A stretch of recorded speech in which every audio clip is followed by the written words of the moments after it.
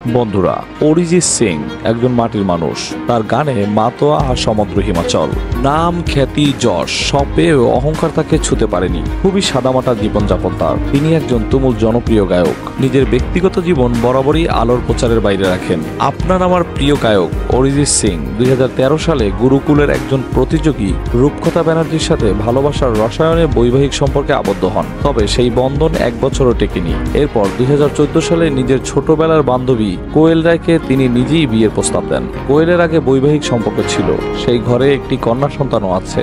বাঙালি হিন্দু রীতিমতোই অরিজিৎ সিং এবং কোয়েলের বিয়ে হয়। অরিজিৎ কোয়েলের আগের সংসারের মেয়েকে নিজের সন্তানের মতোই ভালোবাসেন এবং তাদের বর্তমান সংসারের একটি ছেলে সন্তান রয়েছে। অরিজিৎ সিং বর্তমানে ভারতবর্ষের বিভিন্ন প্লেব্যাক সিঙ্গারের মতে একজন স্বনামধন্য বরেণ্য গায়ক। বর্তমানে অরিজিৎ সিং এর গানের খ্যাতি শুধু ভারতেই নয়, তার গানের সুরের জাদুরকাঠি যেন আজ বিশ্বব্যাপী মুগ্ধ করেছে সবাইকে। অরিজিৎ সিং নিজের মাতৃভাষাকে বাদ দিয়েও হিন্দি, পাঞ্জাবি, তামিল, তেলেগু, আসামিয়া, গুজরাট এবং ইংরেজি ভাষায় গানের কণ্ঠ দিয়েছেন। অরিজিৎ সিং হিন্দির পাশাপাশি বাংলা গানের জগতের সম্যক জনপ্রিয়। টলিউড বাংলা ছবিতে তার গাওয়া অসংখ্য হিট গান রয়েছে। মাত্র 29 বছর বয়সী সুরের সাধনায় তিনি সাফল্যের চরম শিখরে পৌঁছেছেন। 2013 সালে আশিকি 2 সিনেমায় তুম হি হো গানটি অরিজিৎ সিংকে সাফল্যের শীর্ষে পৌঁছে দেয়। গানটির জন্য তিনি 59তম ফিল্ম অ্যাওয়ার্ডসের সেরা পুরুষ গায়ক হিসেবে পুরস্কার অর্জন করেন। তবে অরিজিৎ সিং এর অসাধারণ গানের গলা থাকলেও অনেক প্রতিকূলতার সম্মুখীন হতে হয়েছে তাকে। আজকের অরিজিৎ সিং হতে তাকে অনেক কাঠখড় পোড়াতে হয়েছে। অরিজিৎ সিং 2005 সালে সোনি টিভির মিউজিক্যাল রিয়েলিটি শো ফেম গুরুকুলের সঙ্গীত প্রতিযোগী হিসেবে অংশগ্রহণ করেন, কিন্তু দুর্ভাগ্যবশত দর্শকদের থেকে ভোট না পাওয়ায় তিনি সেই রিয়েলিটি শো থেকে বাদ হয়ে যান। তবে তিনি এখানেই ক্ষান্ত না হয়ে বিখ্যাত মিউজিক ডিরেক্টর মিথুন শর্মা, বিশাল শেখর ও প্রীতমের সঙ্গে সহকারী সঙ্গীত শিল্পী হিসেবে কাজ করেন। তো বন্ধুরা, চলুন আজ স্টোরি বক্স চ্যানেলের মাধ্যমে 5 বারের ফিল্ম অ্যাওয়ার্ড পেয়ে রেকর্ড করা তরুণ প্রজন্মের আইডল, সাদামাটা জীবনের অধিকারী অরিজিৎ সিং এর জীবনী সম্পর্কে নানা জানা অজানা তথ্য জেনে নেওয়া যাক। 1987 সালের 25শে এপ্রিল ভারতবর্ষের পশ্চিমবঙ্গের মুর্শিদাবাদ জেলার রিয়াগঞ্জ শহরে বলিউডের এই রোমান্টিক গায়ক অরিজিৎ সিং বাঙালি হিন্দু এক মধ্যবিত্ত পরিবারে জন্মগ্রহণ করেন। তার পিতা কক্কর সিং এবং মাতা অদিতি সিং।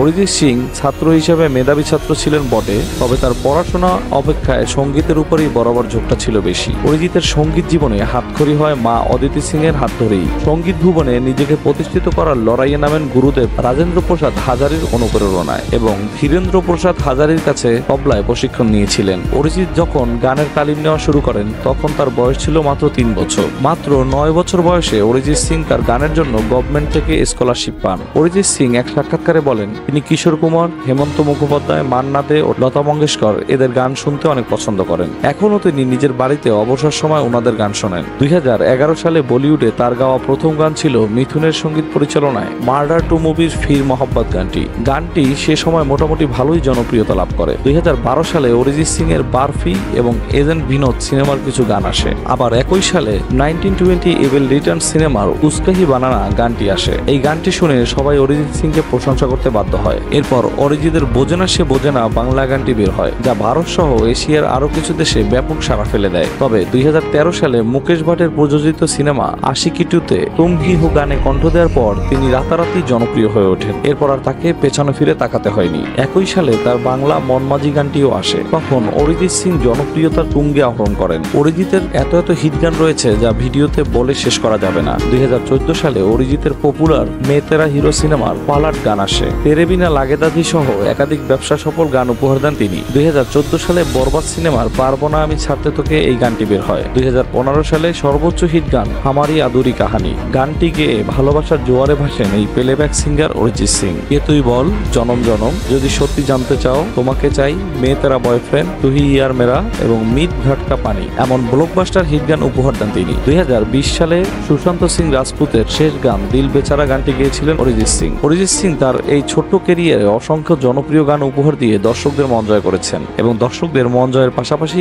অরিজিৎ 98টি পুরস্কারে ভূষিত হয়েছেন। অরিজিৎ সিং এখন অব্দি 334 বার বিভিন্ন ক্যাটাগরিতে পুরস্কারের জন্য মনোনীত হয়েছেন। তিনি 2016 থেকে 2020 পর্যন্ত টানা 5 বার ফিল্ম অ্যাওয়ার্ড পেয়ে রেকর্ড তৈরি করেন। বলিউড হোক বা টলিউড গানের কিং হিসাবে 4 থেকে 40-এর মন জয় করে নিয়েছেন অরিজিৎ সিং।